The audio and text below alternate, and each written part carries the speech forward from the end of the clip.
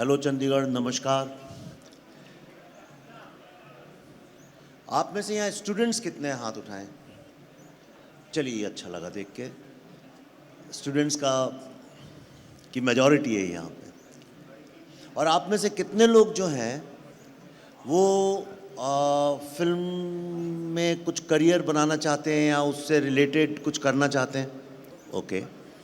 और आप में से बाकी लोग जो हैं, इसका मतलब इंजीनियर, डॉक्टर बनना चाहते हैं, टेक्निकल लाइन में जाना चाहते हैं। और यहाँ पे कितने लोग हैं जो कि क्रिएटिव हैं? हाथ उठाएं।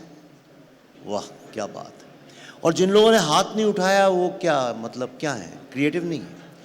आज सबसे बड़ी समस्या जो है, सारी दुनिया कहती है हमने बांट दिया लोगों को लेफ्ट और राइट में, पूरे विश्व में, यहाँ नहीं पूरे विश्व में। वो समस्या इतनी बड़ी नहीं। समस्या सबसे बड़ी ये है कि एक झूठ ऐसा फैला दिया गया है कि कुछ लोग क्रिएटिव होते हैं और कुछ लोग क्रिएटिव नहीं होते हैं, है ना। घर में भी बात होती है ना, ये बच्चा क्रिएटिव है, ये बच्चा क्रिएटिव नहीं है। स्कूल में भी लोग ये बात करते हैं, ये क्रिएटिव है, वो क्रिएटिव नहीं है। और जबकि ये सरासर झूठ है। इससे बड़ा झूठ इस इंसानियत के इतिहास में कोई फैलाया नहीं गया, क्योंकि वो इस तरह का झूठ है कि ये बोला जाए कि कुछ बच्चे जो हैं, कुछ लोग जो हैं वो सांस लेते हैं और कुछ लोग सांस नहीं लेते, या कुछ लोगों के अंदर दिल है जो धड़कता है और कुछ लोगों के अंदर दिल है जो धड़कता नहीं है। ये संभव ही नहीं है कि कोई आदमी क्रिएटिव नहीं है। मैं कुछ चीज़ों को आपके लिए आसान करना चाहता हूँ।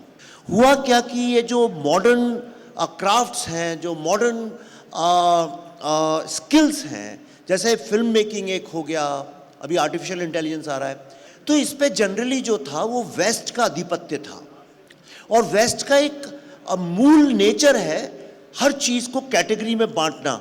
अगर ये ऐसा है तो ऐसा ही होगा, ऐसा है तो ये जो स्टीरियोटाइप का पूरा जो सिस्टम है, चीज़ों को डिवाइड करने का, उन्हीं ने सारा सिलसिला शुरू किया है।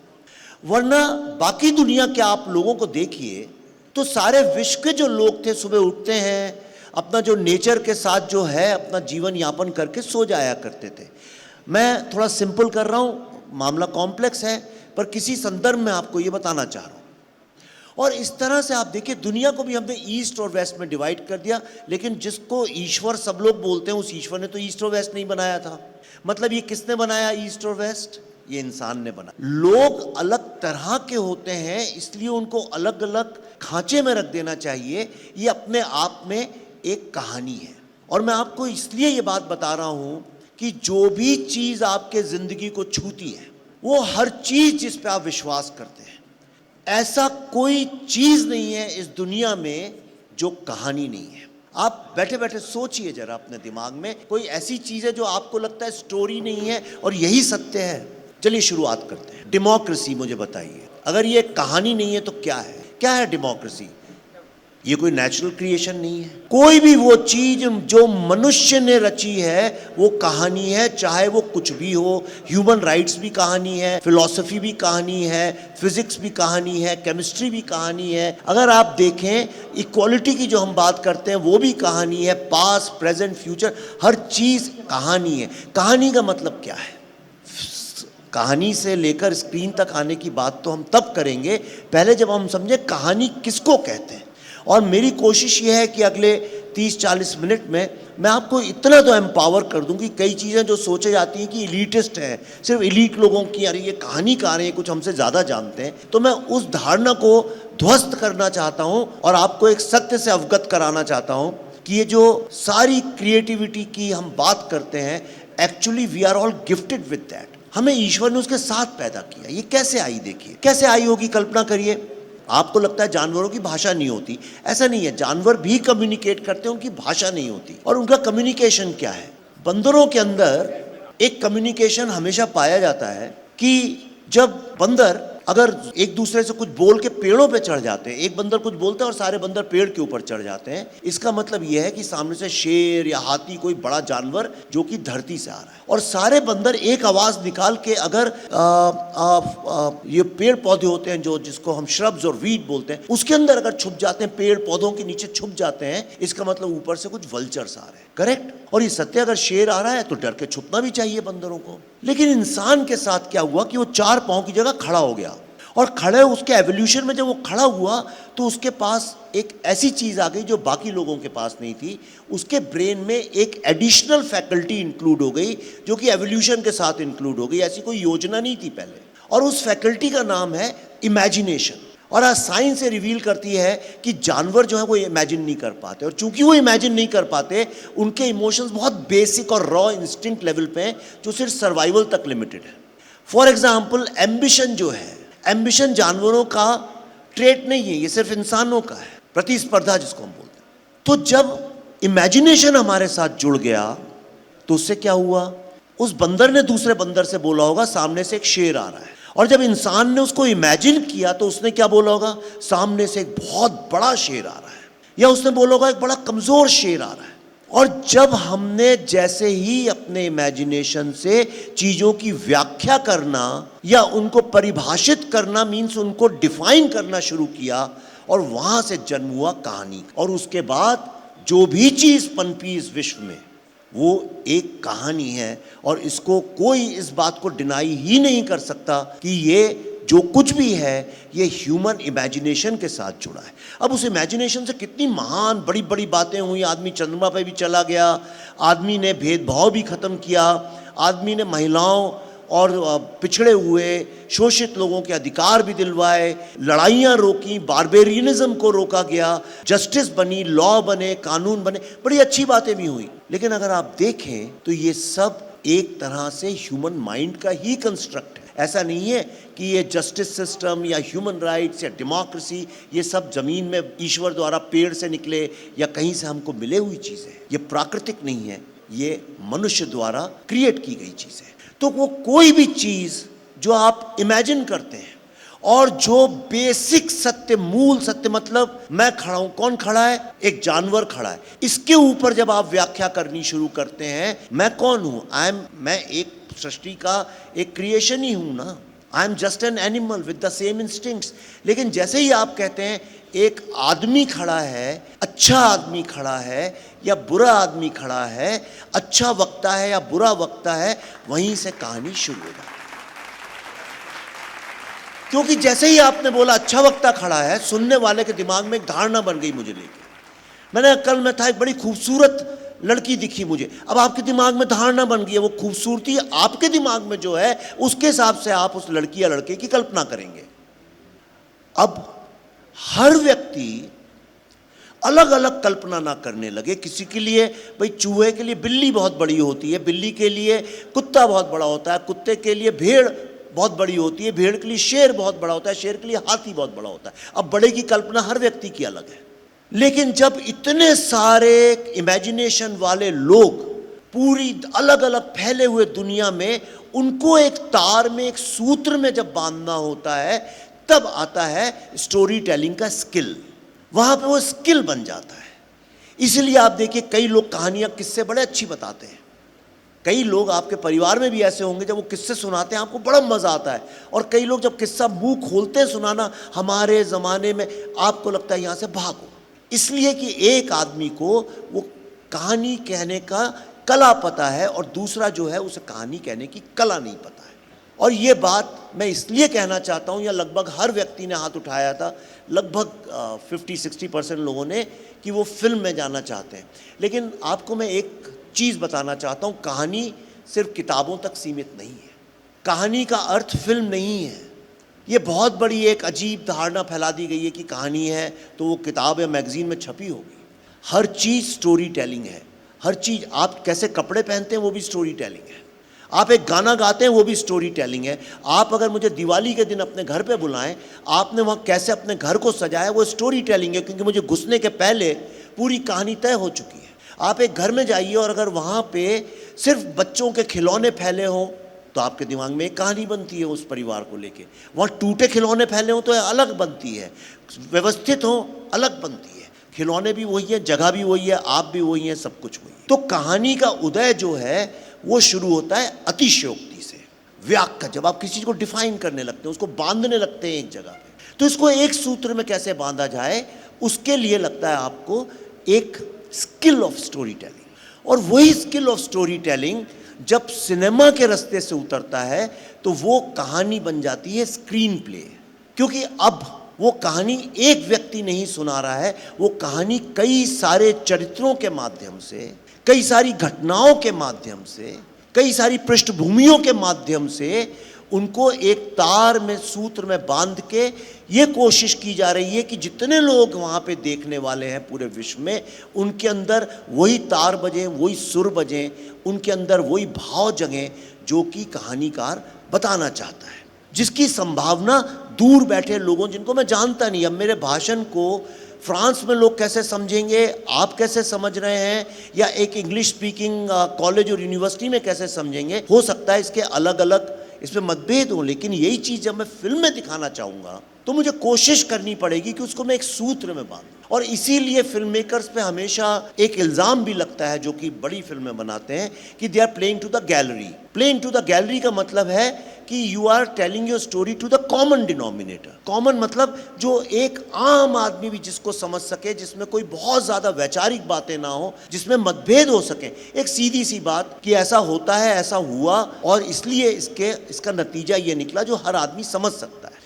और आप मूलतः देखिए, इंडिया नहीं, पूरे वर्ल्ड की जितनी फिल्में हैं, जितनी भी फिल्में हैं वर्ल्ड की, चाहे वो हॉलीवुड की हो, चाहे चाइना की हो, चाहे जापान की हो, किसी भी कंट्री की हो, जो ज़्यादा बड़ी ऑडियंस के लिए बनाई जाती हैं, वो सब एक लेवल पे बेसिक ह्यूमन इमोशंस को ही टटोलती हैं। या तो डर होगा, या प्रेम होगा, या रिवेंज होगा, बदले की भावना होगी। ये 4-5 जो हैं उन थीम्स के अराउंड वो घूमती हैं। अब अगर आप अपने आप को ये समझने लगे कि मैं एक फिल्म मेकर नहीं हूँ, I am a story Taylor, तो मैं आपको बता रहा हूँ आपकी 99% दुविधाएं और प्रॉब्लम्स लाइफ के ऐसे ही सॉल्व हो जाएंगे as far as career is concerned. क्योंकि मैं बहुत सारे यंग बच्चियों से मिलता हूँ जो आते हैं, हाथ मिलाते हैं, कहते हैं क्या है आप? Sir, I am a director, I am a writer, I am an actor. Actor कभी ये नहीं सोचता कि वो स्टोरी टेलर है, वो भूल जाता है। जो म्यूजिक डायरेक्टर है वो नहीं जानता कि वो एक स्टोरी टेलर है। तो पहली बात जो मैं आपसे कहना चाहता हूं, आप ये समझिए कि हम सब स्टोरी टेलर हैं। कुछ स्टोरी टेलर्स जो हैं वो फिल्म मेकिंग में स्टोरी बता रहे हैं।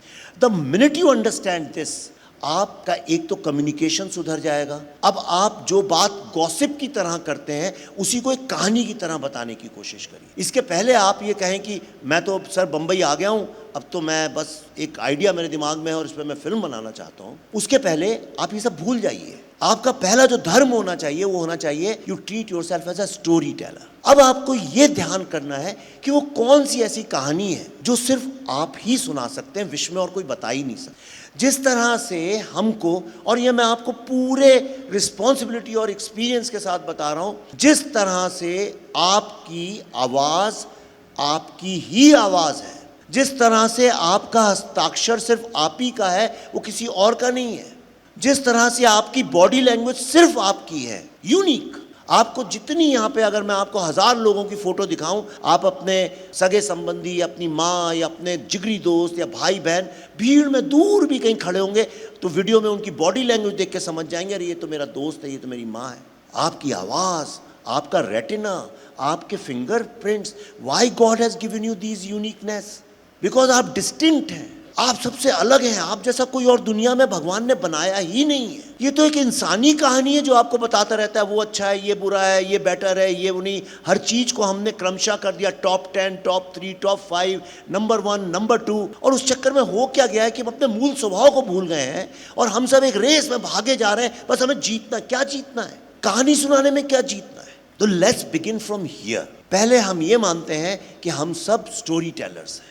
उसके बाद आपको डिसाइड करना है वो स्टोरी टेलिंग का माध्यम आप क्या चुनना चाहते हैं। क्या उस माध्यम को आप शादी ब्याह और पार्टियों में गॉसिप के माध्यम से रखना चाहते हैं? क्या आप उसमें स्टैंड अप कॉमेडी करना चाहते हैं? क्या आप उसमें म्यूजिक बनाना चाहते हैं? क्या आप कविता लिखना चाहते हैं? या आप एक राजनेता बन के अपनी कहानियां सुनाना चाहते हैं? या आप एक धार्मिक गुरु बन के अपनी कहानियां सुनाना चाहते हैं? यह आपको तय करना है। और मैंने तय किया बहुत सालों के बाद कि मैं फिल्मों के माध्यम से, हालांकि मैं अपने को स्टोरी टेलर मानता हूँ, मैं 50 माध्यमों से अभी भी मैं वही कर रहा हूँ, लेकिन मैंने कहा लेकिन जो मेरी रोजी रोटी है, जो कमाई है, वो मैं जो स्किल है एक स्पेशलाइज, वो फिल्मों को यूज़ करता हूँ। फिल्म मेकर बनने के लिए आपको कला तो आनी चाहिए, लेकिन उससे पहले आपको जो चीज़ समझ में आनी चाहिए वो जिस ऑडियंस के लिए आप कहानी सुनाने जा रहे हैं वो कौन है। वो क्या है। मेरा बेटा अभी 20-21 साल का हो गया और काफ़ी फिल्म में भी करता रहता है एज एन असिस्टेंट, और जिम्मेदारी भी उस पर बहुत है भी होनहार लड़का, अच्छा काम करता है, सब लोग कहते हैं।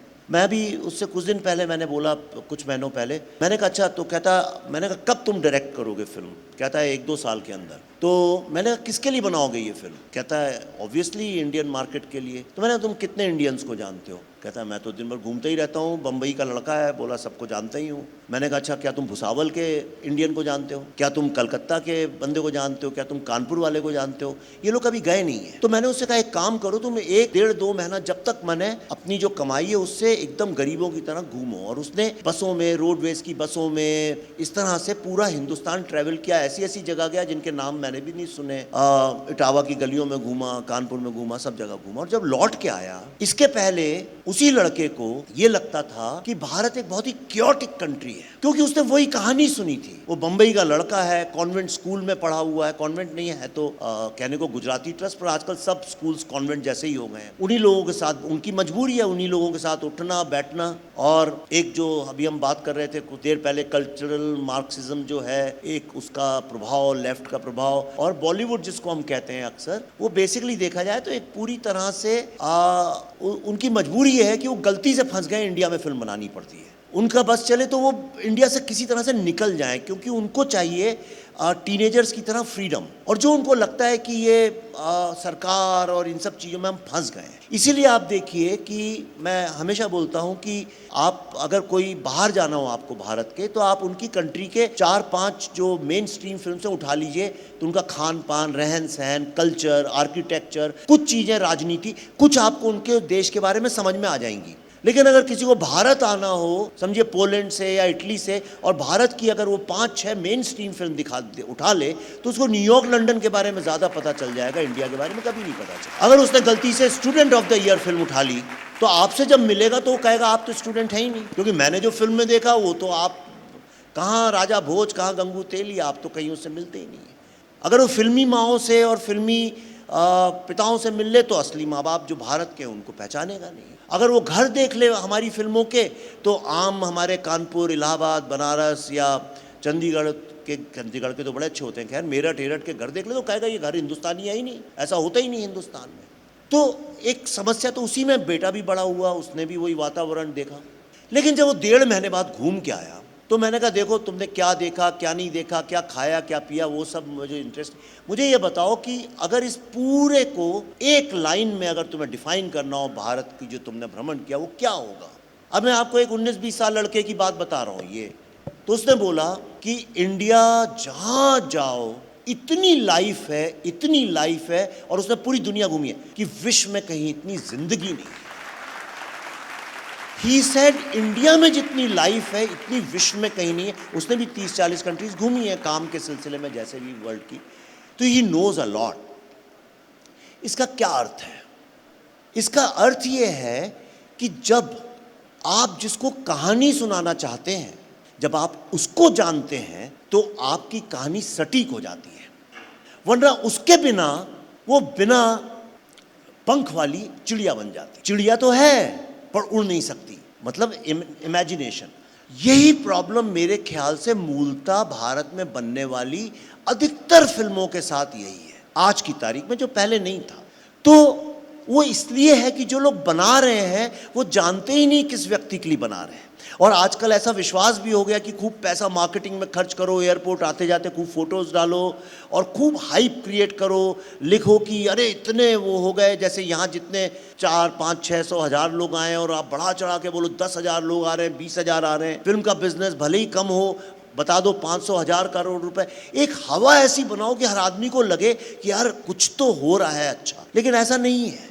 हमारी फिल्में आम आदमी से बहुत दूर चली गई हैं, और आम आदमी हमारी फिल्मों से बहुत दूर चला गया। हमारी फिल्मों का इम्पैक्ट देखिए, कला का क्षेत्र जो है, दुनिया में जितनी भी कलाएं हैं उनमें से एक ही कला ऐसी है जिसको संपूर्ण कला बोलते हैं, कंप्लीट आर्ट माना जाता है, वो है सिनेमा। और यूरोप आज तक उसको आर्ट मान के गवर्नमेंट फंड करती है, सब्सिडाइज करती है। उन्होंने अपनी फिल्म मेकिंग की स्टाइल नहीं चेंज की आज तक, despite lot of influence from the market. वो अभी भी उसको कला ही मान के चलते हैं, क्योंकि ये एकमात्र ऐसी कला है जिसमें कि तीनों डायमेंशंस हैं, ऑडियो भी है, वीडियो भी है और एक थर्ड जो रियल नहीं है, लेकिन आपको ऐसा लगता है कि एक डेप्थ है बहुत ज्यादा जो आपको थिएटर में भी नहीं मिलती। हालांकि थिएटर भी देखा जाए तो ऑडियो वीडियो मीडियम है। सो इसलिए इसको सारे लोग मानते हैं कि इट्स अ कंप्लीट आर्ट। और ये कंप्लीट आर्ट तभी बनता है जब इसकी बुनियाद पे जो कहानी है वो कहानी उन लोगों से जुड़ी हो जिसको आप सुनाने जा रहे हैं। और इसका मैं आपको उदाहरण बताता हूं। आप सब पॉलिटिक्स जानते हैं, आप राइट लेफ्ट की, चलिए मैं आपको पॉलिटिक्स के साथ फिल्मों के बारे में एक छोटी सी बात बताता हूं। भारत में जो उदय हुआ फिल्मों का, पहले पारसी थिएटर, गुजराती थिएटर, नौटंकी, लाउडनेस, ये सब था। लेकिन फिर जब नेशनलिस्ट मूवमेंट चालू हुआ इंडिया में, बंगाल में, तो बंगाली जो लोग थे,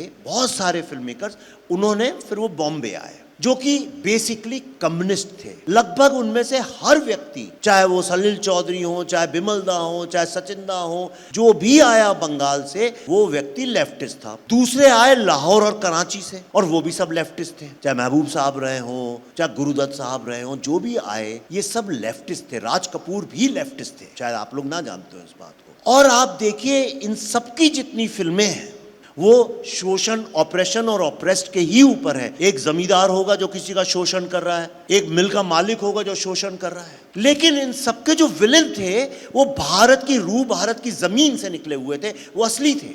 और जो हीरो भी होगा जो शोषण के खिलाफ लड़ाई लड़ेगा, वो किसी किसान का बेटा होगा, एक मजदूर का बेटा होगा, एक दुखियारी माँ का बेटा होगा, एक शिक्षक का बेटा होगा। हिंदुस्तान की फिल्में हमेशा एक कॉमन आदमी के साथ जुड़ी रही जो अंत में जाके विजय होगी उसकी अन्याय के ऊपर। वो जमींदार को मारेगा या इंस्पेक्टर को मारेगा, भ्रष्ट होगा। आप भारत के, एक बात मैं हमेशा बोलता हूं और मैं बोलता भी रहूंगा, अगर आप भारत का इतिहास समझना चाहते हैं तो आप भारतीय फिल्मों के विलन को स्टडी करिए। जैसे ही आप भारतीय फिल्म के विलेन को स्टडी करेंगे आपको समझ में आएगा भारत का कहां उत्थान हुआ, कहां पे कल्चरल पतन हुआ, कहां पे आके हम लोग रुक गए, कहां एक सामाजिक व्यवस्था बिगड़ी। वो जो आजादी के वक्त का विलेन जो एक जमींदार हुआ करता था, वही विलेन जो था 1950 और 60 में जब नेहरू जी ने बड़े बड़े डैम्स और फैक्ट्री और इंडस्ट्री की बात चालू कर दी तो मिल का ओनर हो गया। आप देखिए 60 के दशक की फिल्में, और वही एक शिक्षक या गरीब किसान मजदूर का बेटा खड़ा होगा और वो उसके खिलाफ लड़ाई लड़ेगा और अल्टीमेटली उसको हरा देगा और लोगों का फिर से सिस्टम के ऊपर भरोसा खड़ा हो जाएगा। उसके बाद की आप देखिए 70 की फिल्में देखिए, जो अमिताभ बच्चन का दशक, सलीम जावेद का जहां से शुरू होता है। सलीम जावेद भी देखिए लेफ्टिस्ट माइंडसेट के साथ लिखते रहे, लेकिन कॉमन आदमी को उन्होंने कभी नहीं छोड़ा, कॉमन प्रॉब्लम्स को नहीं छोड़ा। उनका विलेन आप देखिए हमेशा। फिर ये 70-80 के दशक में इंडिया में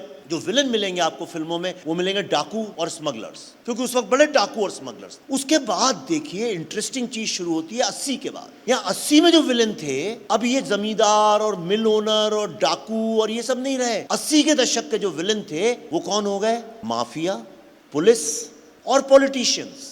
और अगर आप उस वक्त की पूरी भारत की पॉलिटिक्स को समझना चाहें तो एक बहुत बड़ा नेक्सस भारत की पॉलिटिक्स में इमर्ज हो रहा था, जो कि माफिया, बेसिकली महाराष्ट्र से शुरू हुआ, लेकिन माफिया, पुलिस और पॉलिटिशियन सब इन्वॉल्व थे उसमें। फिर धीरे धीरे वो शिफ्ट हुआ और उसके बाद डायरेक्ट एमएलएज और एमपीज और सरकार और बाहुबली ये विलेन होने लगे। आप देखिए अमिताभ बच्चन की फिल्में 90 के दशक की जाते हैं और पूरा वो जितने एमएलए हैं विधानसभा में उन्हें गोली मार देते हैं। बात बात पे तब तक ये नए एक्टर भी चालू हो गए थे।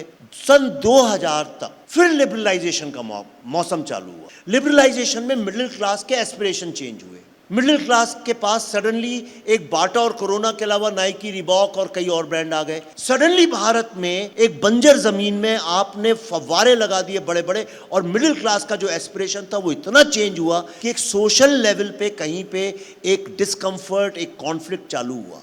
इसलिए आप देखिए almost towards the end of 2000 जो लिबरलाइजेशन से लेकर 2000 तक का पीरियड है, वहां की फिल्मों में लास्ट के 8-10 साल में आपको जनरली जो विलेंस हैं वो मामा, चाचा, परिवार का कोई मुनीम, ये लोग जो आपकी जायदाद हड़पना चाहते हैं, बेटी फॉरेन से आ रही है, बड़ी बड़ी गाड़ियां, गोविंदा वगैरह के वक्त की जो फिल्में हैं अगर आप देखिए, सलमान खान, गोविंदा की जो फिल्में थी सारी, जो रूमी जाफरी, डेविड धवन, इन लोगों ने बनाई, क्योंकि उस वक्त यही सब बातें समाज के अंदर चल रही। लेकिन उसमें भी लड़ने वाला जो गोविंदा था, लड़ने वाला जो सलमान खान था, वो आम इंसान का बेटा था, कुली का बेटा या इसका बेटा, गांव से आया हुआ था, वो हिंदुस्तानी। यहां तक हिंदुस्तान हमारी फिल्मों में जिंदा है। अब क्या हुआ, ये जो लोग दूसरी बात मैं आपको बताता हूं, बॉलीवुड हाँ कई ठीक है धर्म वरम का जो, लेकिन जब भी बड़ा संकट आया है 2000 तक की फिल्मों में, अंत में क्लाइमेक्स से पहले आप देखिए वो दुखियारी माँ या हीरो या हीरोइन या कोई ना कोई किसी ना किसी आध्यात्मिक या धार्मिक जगह पे जाके वो कहता है कि भाई इस समस्या का निदान करो, और फिर उसका निदान। मतलब हमारी फिल्मों में ईश्वर का भजन भक्ति इन चीजों का सहारा हमेशा से हम लेते आए। और तीसरी बात, ये जो फिल्म मेकर्स थे सारे, चाहे गुरुदत्त साहब हो, चाहे देवानंद हो, राज कपूर हो,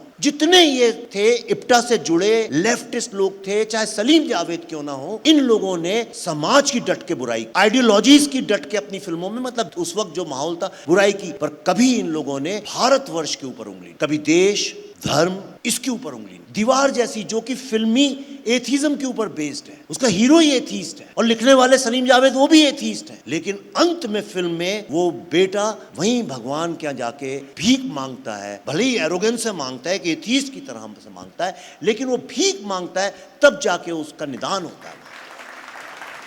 वो कहता है मैंने सारी जिंदगी तुमसे कुछ नहीं मांगा, लेकिन आज हाथ फैला के तुमसे मांग रहा हूं, मेरी मां मुझे वापस दे दो, अगर मेरी मां मुझे नहीं मिलेगी तो ये मेरी नहीं तुम्हारी हार होगी। ये देखिए, कोई सोच सकता है आज की तारीख में ऐसा लिखना? आप देखिए तो मतलब इतने मामूली लगते हैं जो डायलॉग, इनके अंदर उस वक्त की विचारधारा घुसी हुई है कि एक बेटे से माँ का जो प्यार है, बेटे का जो माँ के साथ जो रिश्ता है वो अलौकिक है, वो तो यूनिवर्सल ट्रूथ है, और अगर वो पूरा नहीं हो रहा तो ये किसी और की नहीं भगवान की हार है। चाहे मैं तुम्हें मानूं चाहे ना मानूं, चाहे मैं तुम्हें गाली दूं, लेकिन मेरी रक्षा करना, मेरे को ममता देना जीवन में तुम्हारा काम है। फिर 2000 का दशक चालू होता है, तब तक ये जितने फिल्म मेकर्स थे ये रिटायर हो रहे थे, यश जी भी रिटायर हो रहे थे, उनके बेटे आए, राज कपूर के घर में भी बेटे वो लोग आ गए, देवानंद भी धीरे धीरे बुढ़े हो गए थे। अब ये सेकंड जनरेशन आई। ये सेकंड जनरेशन कौन थी? ये बंगाल से नेशनलिस्ट मूवमेंट से नहीं आई थी, ये लाहौर कराची से भाग के घर छोड़ के बिना चप्पलों के नहीं आई थी, ये उन लोगों, ये वो फिल्म मेकर्स नहीं थे जो भारत के लिए जान देते थे, भले ही उनकी आइडियोलॉजी कुछ भी हो, भले ही वो आपको क्रिटिसाइज करते हो। अब जो ये जनरेशन थी, कोई स्विट्जरलैंड में पढ़ा था, कोई लंदन में पढ़ा था, कोई कहीं पढ़ा हुआ था, इनकी मजबूरी ये थी, इनके माँ बाप भारत के थे, इनको फिल्में सिर्फ भारत में बना सकते थे, तो इनने क्या किया, इन्होंने कहा एक काम करो, भारतीय फिल्मों को अपन यहाँ से बाहर ले जा। और आप देखिए उस फेज 2000 के बाद ध्यान से अध्ययन करिए उन फिल्मों का, और आप देखिए कि उन फिल्मों में विलेन कौन है और हीरो कौन है, और आपको समझ में आएगा भारत में कहां मूल सोच बदली है। इन फिल्मों में हीरो होगा एनआरआई मूलतः, और विलेन होगा लड़की का बाप। हमने समाज फिल्मों में से आम आदमी को, आम समस्या को और एक आम सोशल इविल को उठा के यूं फेंक दिया, इसलिए क्योंकि मुझे पता ही नहीं है कि वो इविल है, मुझे पता ही नहीं है आम आदमी कौन है, मैं आम आदमी को जानता ही नहीं हूं, तो मैं कैसे बनाऊंगा। और ये काम सिर्फ फिल्मों ने नहीं किया, सिर्फ फिल्मों पे उंगली उठाना भी अच्छी बात नहीं है। आज मुझे ये बताइए, भारत के मीडिया में कहाँ है आम आदमी? आम आदमी की कभी बात है? किसी शहर की चर्चा है, किसी सामाजिक समस्या की चर्चा है? आप न्यूज़पेपर्स उठाइए, मैं बम्बई में रहता हूँ, और बम्बई में मैं सन 1990 के एंड शुरू में 91-92 से आना जाना करते करते धीरे वहीं बस गया फिर। और मुझे याद है कि उस वक्त में जो पेपर था 16-18 जितने भी पन्ने आते हैं, टाइम्स ऑफ इंडिया की बात करें तो उनमें से कम 13-14 पन्नों में सिर्फ वहीं की खबरें होती थी, बम्बई की ये नहीं हो रहा, वो सड़क नहीं बन रही, ये नहीं हो रहा फला। और मुझे उसमें कोई इंटरेस्ट नहीं था, मैं दिल्ली आया था, मुझे समझ में भी नहीं आता था कहाँ भयंडर है कहाँ भांडुप है, मुझे कुछ पता भी नहीं था। और मैं कहता ये कैसा पेपर है, इसमें हर समय यही छापते रहे। आज मेरी समस्या दूसरी है कि उस पेपर में बम्बई की खबर ही नहीं आती है। अभी एक आई कि इतनी स्कीम चालू हुई थी, उनमें से 90% बंद हो गई, इसके अलावा कुछ आपको पढ़ने को ही नहीं मिलेगा। समस्या यही है। कहानीकार के लिए सबसे आवश्यक है अपनी जमीन पे खड़े रहना, अपनी जमीन से जुड़े रहना, अपने लोगों की भावनाओं को समझना, उनकी समस्याओं को समझना, उनके प्रॉब्लम्स को समझना, और उसको किस तरह से उतारा जाए, वो जो है ये एक कर्तव्य है, सबसे पहली ड्यूटी है। तो कहानी की शुरुआत मैं आपसे इसलिए इस बात को बार बार कर रहा हूं क्योंकि बाकी बातें आप भी जानते हैं, स्क्रीन प्ले ऐसे लिखा जाता है, वैसे लिखा जाता है, मैं उसकी भी बात कर लूंगा। लेकिन आज के दौर में अगर आपको सक्सेसफुल होना है तो सबसे पहली चीज आपको एक कॉमन प्रॉब्लम, एक कॉमन विलन और एक कॉमन हीरो ढूंढना पड़ेगा। इसीलिए आप देखिए, मैंने भी वैसी फिल्में बनाई हैं, उनके हीरो चॉकलेट पूरी लंदन में शूट हुई थी, गोल भी वहीं शूट हुई थी। अब गोल में प्रॉब्लम था कि साउथ हॉल के कुछ प्लेयर्स हैं, अपना क्लब, इंडियन प्लेयर्स हैं, क्लब फ्री कराना चाहते हैं, लेकिन वो भारत की समस्या नहीं थी। और जब मुझे समझ में आई ये बात, तब मैंने कोर्स बदला एंड आई सेड नाउ, और ये 2008 या 9 की बात है, 2010 में तो मैंने बुद्धाइना ट्रैफिक जैम बनाई, और इसीलिए मैंने बुद्धाइना ट्रैफिक जैम एक स्कूल कॉलेज में ले जाके खड़ी कर दी, क्योंकि वो भारत का स्टूडेंट था और वो कहता अगर नए भारत की कल्पना करनी है तो सबसे पहले बीच में से मिडिल मैन को हटाना पड़ेगा, क्योंकि एक नॉर्मल स्टूडेंट की आवाज है। और उसका विलेन कौन है फिल्म का? विलेन है उसका प्रोफेसर। और जब 2010 में बुद्धाइना ट्रैफिक जैम बनाई और हमने कहा कि एक प्रोफेसर विलेन है इतना बड़ा, क्योंकि ये ब्रेन वॉश कर रहा है लोगों को देश के अगेंस्ट काम करने के लिए, सबने मेरा बहुत विरोध किया कि ये संभव ही नहीं है, भारत में तो गुरु, ईश्वर और माता पिता खड़े हो तो सबसे पहले तो गुरु के पहुंच हुए जाते हैं, और भारत में आज तक ऐसी कोई फिल्म बनी ही नहीं है जिसके अंदर, हाँ टीचरों पर ये लांछन लग जाते हैं कि इनने भाई पेपर लीक कर दिया, ये कर दिया, लेकिन आप तो कह रहे हैं तो देश का दुश्मन है। कुछ विधि का ऐसा विधान था वो फिल्म बनाने के 1-2 साल बाद, आई थिंक 2011-12 में, कुछ साल मुझे एग्जैक्ट याद नहीं, उसके 1-2 साल बाद दिल्ली यूनिवर्सिटी के एक प्रोफेसर को गिरफ्तार कर लिया गया, जिनके सब मिला, आप नाम भी जानते होंगे उनका, प्रोफेसर साईं बाबा। उसके बाद और प्रोफेसर्स मिलने लगे, फिर पता चला धीरे धीरे यूनिवर्सिटीज में तो बहुत सारा प्रॉब्लम है, और आपने करते करते, वो फिल्म रिलीज नहीं हुई, करते करते आपने देखा होगा 2014, 15, 16 के बाद आपके सामने सब निकल के आया, देश के, भारत के टुकड़े होंगे, ये भारत तेरे टुकड़े होंगे। ये आपको क्या लगता है कि एकदम एक साल में सरकार आई 2014 में और 2016 में लोगों ने बोलना चालू कर? ये चीजें छुपी हुई थी अंदर, ये प्रॉब्लम्स थे, लेकिन लोगों ने इसके बारे में बोलना बंद कर दिया। और इसलिए बंद कर दिया था क्योंकि उनको डराया जाता था, तुम ये बोलोगे तुम्हारी फिल्म ही नहीं रिलीज होगी, और ये बात सत्य भी है। तो लोगों ने उस तरफ से ध्यान हटा दिया, और करते करते जो चीज मर गई वो है कहानी और सिनेमा। आज सिनेमा को लिटरली, मेरी बात का अगर कोई यहाँ फिल्म लाइन से है बुरा ना माने, लेकिन आज सिनेमा की सोसाइटी में यूटिलिटी क्या है आप बताइए? अगर सिनेमा नहीं होगा तो क्या फर्क पड़ जाएगा? मैं दिल से, दिल पे हाथ रख के आपसे एक बहुत बड़ा सत्य चाहता हूं कि आप बताएं, क्योंकि सिनेमा की यूटिलिटी ये है कि साल में 1-2 बार कभी कुछ फिल्म फेस्टिवल्स हो तो बड़े बड़े स्टार्स को वहां खड़ा कर दिया जाए, कुछ सामाजिक राजनीतिक कल्चरल फंक्शंस हो तो स्टार्स वहां चले जाएं, गाना गा लें, शादियों में ये कर लें। क्या कॉन्ट्रीब्यूशन है फिल्म मेकर्स का और फिल्म्स का? कितनी फिल्में ऐसी बनती हैं साल में, 1000 फिल्में भारत में बनती हैं, जिसके बाद आप घर जाते हैं आपको सोचने पे मजबूर करती हैं। मैंने तमाम वो इतनी फिल्में देखी हैं जिनको देखने के बाद घर जाके हम लड़के बैठ जाते थे दोस्त और कहते हैं चलो ये योजना बनाते हैं, चलो ये करते हैं, अरे जाओ उस इंडस्ट्रियलिस्ट क्या स्पाइंग करते हैं, उसको एक्सपोज करते हैं, इतनी बातें होती थी। और मेरा ऐसा ख्याल है कि कोई भी आदमी जिसने अपना एजुकेशन यहाँ पे 80s के पहले या 90s के लिबरलाइजेशन के पहले पूरा किया है वो भी जानता होगा, बच्चे लाइब्रेरियां खोला करते थे गर्मी की छुट्टियों में। भारत में बच्चों को समाज के साथ जोड़ने का बहुत काम किया गया है, और उसमें बहुत लोगों ने, यानी या तो संघ के इतने लोग बैठे हैं, आप सबने तो किया ही है। फिल्मों ने एक बहुत बड़ा काम, लोगों को जोड़ने का, देशभक्ति का काम, रिश्तों को जोड़ने का, परिवारों को जोड़ने का, परिवारों के किसी ना किसी तरह से परिवार बीच में लाके, माँ पिता, ये हमारी धरोहर है। और धरोहर कोई ऐसा शब्द नहीं है, ये प्रॉपर्टी। मैं आपसे बोलूं ये आपके पिताजी की प्रॉपर्टी है करोड़ों रुपए की, आप क्या कहेंगे? अपना अधिकार जताएंगे ना उसके ऊपर? कोई और लूटने आया या उसको खत्म करे या वो जर्जर हो रही है, आप होने देंगे क्या? नहीं, क्योंकि आपको उसकी वैल्यू पता है। आपको पता है ये 10 करोड़ की, कल को 100 करोड़ की हो सकती है। लेकिन जब मैं कहता हूं ये आपकी कल्चरल धरोहर है तो आपको उसकी वैल्यू ही नहीं पता है। और यही कारण है कि जब हमारे कल्चर पर अटैक होता है किसी आदमी का खून नहीं खौलता। कहां है वो आज का युवा?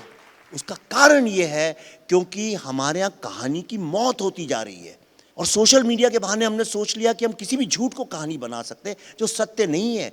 जो चीज सनातन सत्य नहीं है उसका विनाश निश्चित है। ये आप लिख के ले लीजिए। हमने अपनी आंखों के सामने देखा 800 साल के मुगल राज यहीं पे खाक होके चले गए। दुनिया की सबसे बड़ी कॉलोनियल ताकत यहीं खाक होके चली गई। 70 साल से साम्राज्य फैलाने लोग खाक हो गए, बड़े बड़े डाकू, माफिया के लोग, स्मगलर्स खाक हो गए। और आज ये हो गई है स्थिति कि कोई समाज से जुड़ना ही नहीं चाहता है। आप सामाजिक व्यवस्था पे फिल्म बनाने की कोशिश करिए, आपको कैंसिल कर दिया जाएगा, आपको चवन्नी नहीं मिलेगी। कई लोग मुझे मिलते हैं तो उनको सरकार ने कुछ ये दे दिए हैं लोग सीआरपीएफ को, तो उनको लगता है जैसे कि कोई मैं बड़े उसमें हो गया हूँ। ऐसा नहीं है। मेरी हालत कश्मीर फाइल्स बनाने से भी ज्यादा बदतर आज है, क्योंकि मैंने कश्मीर फाइल्स बनाई है। अब मेरी अगली फिल्म को कैसे रोका जाए, क्या किया जाए, तो एक्टर काम नहीं करेंगे, आपको उसमें पैसा नहीं मिलेगा, तमाम समस्याएं होंगी। लेकिन अगर आप एक वाकई में कहानीकार हैं तो जिस तरह से, जिस बीज में ताकत होती है वो किसी भी चट्टान को भी तोड़ के निकल आता है। आपने देखा होगा, हिमालय जाइए तो मनाली के बाद एक जगह आती है, स्पेसिफिक जगह है, जो कि उसके बाद पेड़ दिखना बंद हो जाते हैं, पेड़ ही नहीं दिखते उसके बाद।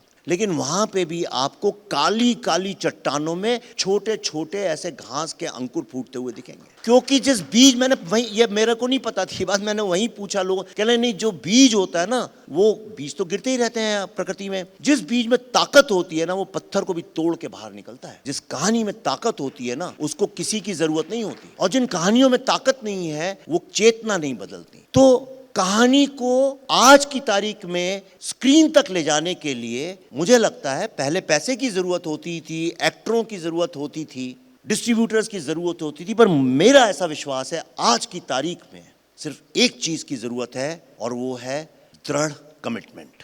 क्योंकि अगर आप में कमिटमेंट नहीं है, अगर आप में कन्विक्शन नहीं है, आपके अंदर समाज में लोगों को इंपैक्ट करने का, उनको इन्फ्लुएंस करने का जज्बा नहीं है, तो फिर आप कहानी नहीं बता रहे हैं, आप लोगों को बेवकूफ बना रहे हैं। कहानी लोगों के लिए दर्पण की तरह काम करनी चाहिए। कहानी जो है लोगों को सोचने पे मजबूर करनी चाहिए। क्या है महाभारत की ताकत? महाभारत, अभी मैं गया था बेंगलोर, श्री एस.एल. भैरप्पा जी एक बड़े हमारे वरिष्ठ और बहुत ही बड़े राइटर हैं कर्नाटका के, उनने महाभारत के ऊपर एक लिखा है पर्व नाम से, और 17 साल रिसर्च करने के बाद, अब उनकी उम्र 93-94 साल की है, उन्होंने एक दिन मुझे फ़ोन किया, कहने लगे आप पर्व से जुड़ के महाभारत क्यों नहीं बनाते, मुझे लगता है आपको बनानी चाहिए। तो मैंने फिर तय किया बनाएंगे, और प्रकाश बेलावड़े जी ने एक नाटक, मैंने उनसे कहा, वो एक नाटक करते थे कन्नड़ में, मैंने कहा इसको इंग्लिश में आप पर्व को जो है पूरे नाटक में कन्वर्ट करिए। और मैं कहूँगा जो भी यहाँ व्यक्ति है, कभी जिंदगी में मौका मिले आप डिज्नी वर्ल्ड मत जाना एक बार, पर वो नाटक जरूर देखना। ये सुबह 9 बजे शुरू हुआ नाटक, और शाम के 6-7 बजे तक, 8 या 9 घंटे का नाटक है। उसमें 5 बार तो ब्रेक होता है। 1100 लोगों का हॉल था, करीब 1300-1400 लोग थे उस खड़े हुए इधर उधर, और शुरू होने के पहले तक सब डर रहे थे कि 100-200 लोग भी आ जाएं, 9 घंटे का नाटक कौन देखता है, अंग्रेजी में वो भी। आप यकीन मानिए, मैं एक शब्द की अतिशयोक्ति नहीं कर रहा हूं, वो 9 घंटे जनरली थिएटर में लोग कुछ खांसते हैं, छींकते हैं, हिलते हैं, डुलते हैं, बाथरूम जाते हैं, फोन को देखते हैं, एक आदमी हिला डुला नहीं, कोई खांसी की आवाज नहीं, सांसों की आवाज नहीं,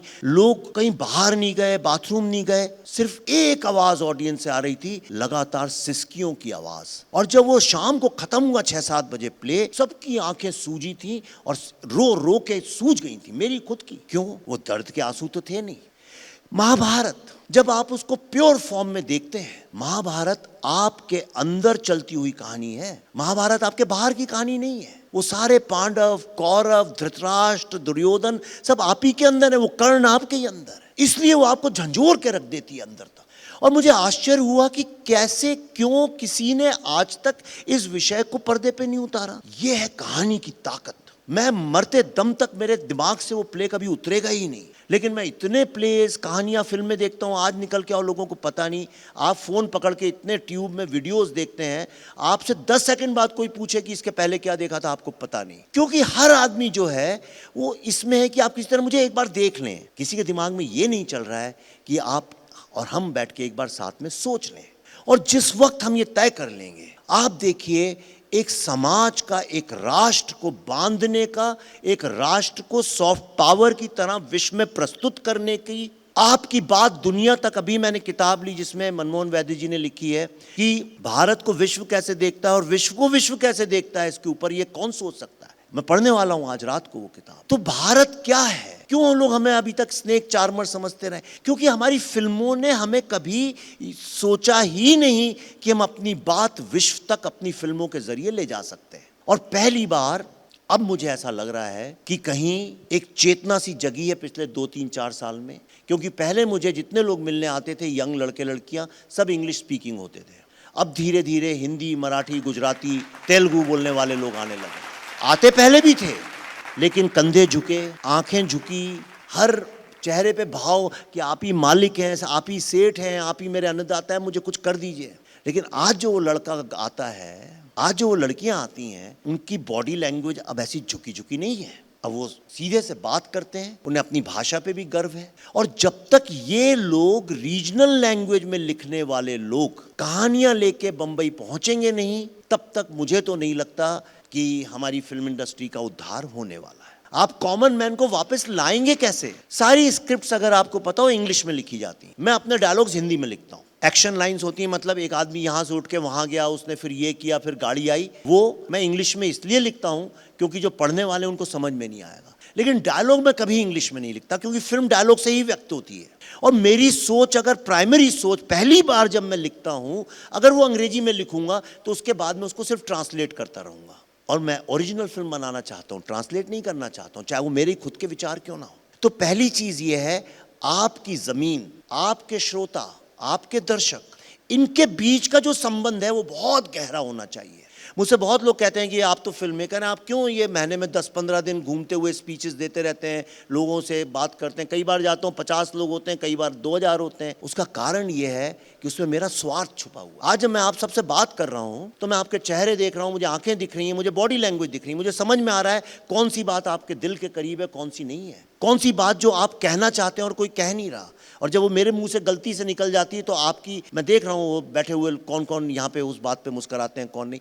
ये मेरा कनेक्ट है, ये मेरा रिसर्च है। क्योंकि आज ऐसा वक्त है जहां पे सारी की सारी जो कायनात जिसको हम कहते हैं, वो इंसान से, सारी कायनात मतलब पूरा जो सिस्टम है वो इंसान से लड़ रहा है। आज इंसान के द्वारा क्रिएट करी हुई चीजें इंसान को हराने में लगी। एक बहुत बड़ा द्वंद्व चल रहा है। अगर आप इसको समझें सामाजिक परिवेश में पूरी बातों को, हर आदमी इस दुनिया में कॉमन मैन को डिफीट करने में लगा है। यही सबसे बड़ा स्कैम चल रहा है आज की तारीख। डिफीट मतलब कैसे होता है आदमी डिफीट? कोई आके आपको घर के अंदर से निकाल के मारता नहीं है, कोई ऐसा वो नहीं है। डिफीट क्या है? सबसे बड़ी डिफीट क्या होती है इंसान की? उससे उसका ओरिजिनल थिंकिंग छीन लो। ओरिजिनल थिंकिंग मतलब उसका इमेजिनेशन छीन लो। जब वो आपके सहारे ही इमेजिन कर सके, खुद कर ही ना सके, ये सबसे बड़ी इंसान की डिफीट है। और इसीलिए स्टोरी टेलिंग का जो जिम्मा है, चाहे फिल्म बनाने का जो जिम्मा है, वो संकुचित है उन लोगों के हाथ में जिनके पास परंपरागत सिनेमा चला आ रहा है, या जिनके पास पैसा है, या किसी कारण से कहीं बैठ गए हैं। और वो आपको क्या दिखा रहे हैं,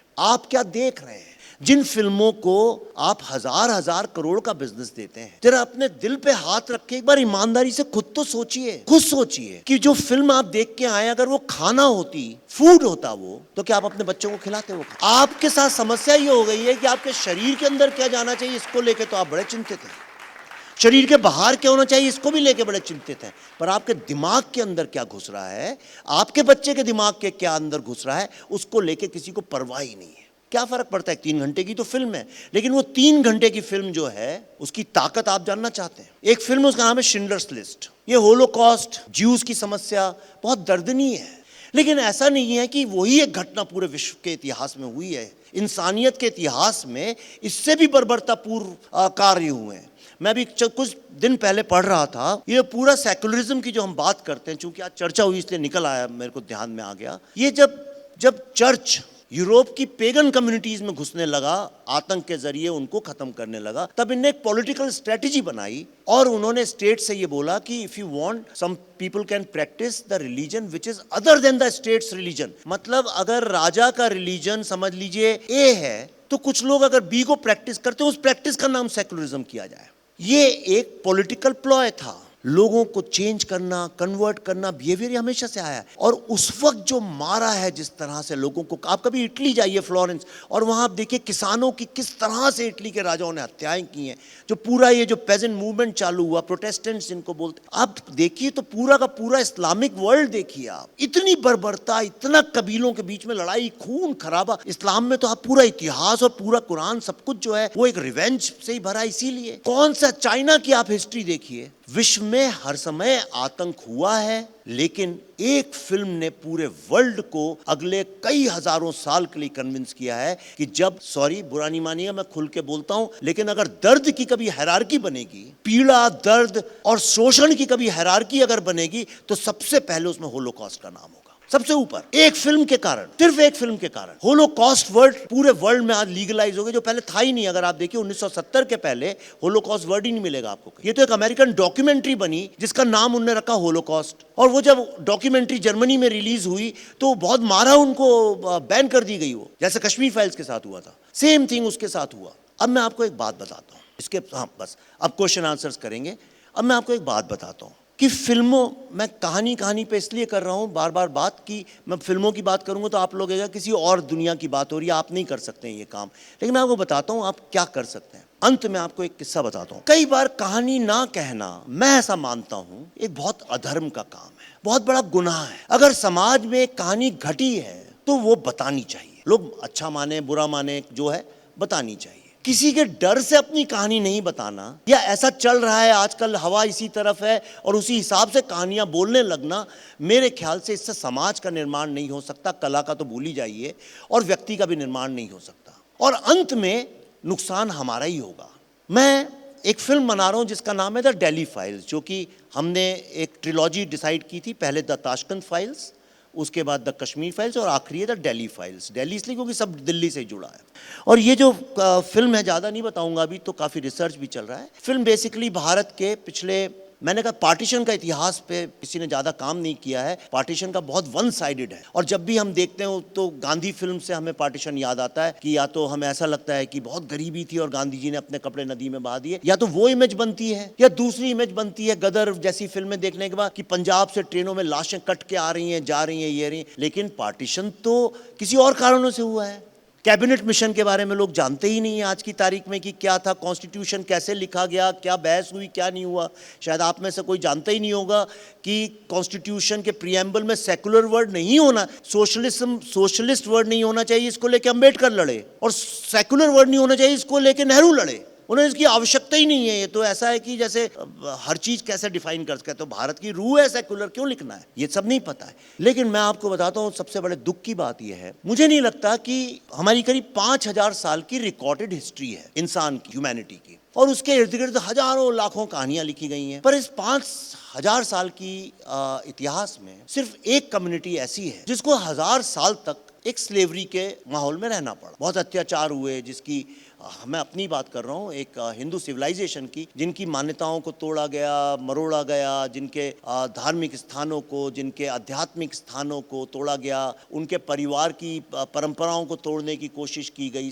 हर लेवल पे देखा जाए तो उनके ऊपर बहुत आतंक हुआ है, ऐसा नहीं हुआ है। अब लोग कितने मरे, अगर इसमें होल्ड लगेगी तो नंबर पता नहीं है, लेकिन मैं आपको कुछ रफ नंबर जो कि सरकार के दस्तावेजों से बताता हूँ। भारत में ये पूरा 100 साल का अगर इतिहास आप पकड़े, मोपला से अगर शुरू करें तो बंगाल होते हुए डायरेक्ट एक्शन डे, नोआखली, फिर पंजाब होते हुए लगातार आप देखें तो 100 साल का इतिहास खून खराबे लड़ाई से भरा हुआ है। ये कैसे संभव है कि इतना हुआ और आज की जो जनरेशन है उसको इसके बारे में कुछ पता ही नहीं। इसका उदाहरण देता हूं, मैं अभी कलकत्ता गया था कुछ दिन पहले, वहाँ नेशनल म्यूजियम बहुत कमाल का अंग्रेज लोग बना के नेशनल म्यूजियम है वहाँ, यानी जो कलकत्ता का होगा अच्छे से जानता होगा, और वहाँ सारे आपके जादवपुर से, कैलकाटा यूनिवर्सिटी से, बड़े बड़े यूनिवर्सिटीज़ के स्टूडेंट्स आए हुए थे। अब मैं चूंकि बना ही रहा हूँ इस पे फिल्म, तो मैंने वहीं पे ऐसे बोला कि आप सब डायरेक्ट एक्शन डे के बारे में तो जानते ही होंगे, तो एकदम चुप्पी सी दिखी मुझे। मैंने कहा आप में से कितने लोग डायरेक्ट एक्शन डे के बारे में जानते हैं, यहाँ कितने लोग डायरेक्ट एक्शन डे के बारे में जानते हैं, हाथ उठाइए जरा, देखिए 10% लोग भी नहीं, 5% लोग भी नहीं जानते, 2-3% है मुश्किल। अब आप मेरी फिल्म देखिएगा तब आपको समझ में आएगा डायरेक्ट एक्शन डे क्या होता है। लेकिन आपको मैं अभी बैठे बैठे मेरी स्पीच के बाद गूगल करिए, सिर्फ लिखिए डायरेक्ट एक्शन डे और उसकी फोटो देख लीजिए, ऑल नहीं फोटोज में जाके फोटो देख, और वो फोटो किसी हिंदुस्तानी पत्रकार ने नहीं खींची है, वो टाइम मैगजीन और न्यूयॉर्क टाइम्स ने खींची है। कलकत्ता की सड़कें लाशों, स्केलेटन से बिछी है, फोटो है, वो देख भी रही है मैडम, मैंने देखा, आप देखिए और मुझे दीजिए, मैं सबको दिखा देता हूँ। स्केलेटन से भरी हुई हैं सड़कों की सड़कें, ऊपर गिद्ध और चील वहां पे खड़े हुए हैं, छोटे छोटे बच्चों को बोटियां काटी जा रही हैं। 3-4 दिन के लिए आदेश दे दिया गया था सुहारावर्दी के द्वारा कि सारी पुलिस को रोक दो, सारे हिंदुओं को खत्म कर दो। 20,000 लोग तो ऑफिशियल रिकॉर्ड में मरे हुए माने जाते हैं। उसकी रिपोर्ट है, ब्रिटिश लोगों की रिपोर्ट है, हिंदुओं की रिपोर्ट है, मुस्लिम्स की रिपोर्ट है,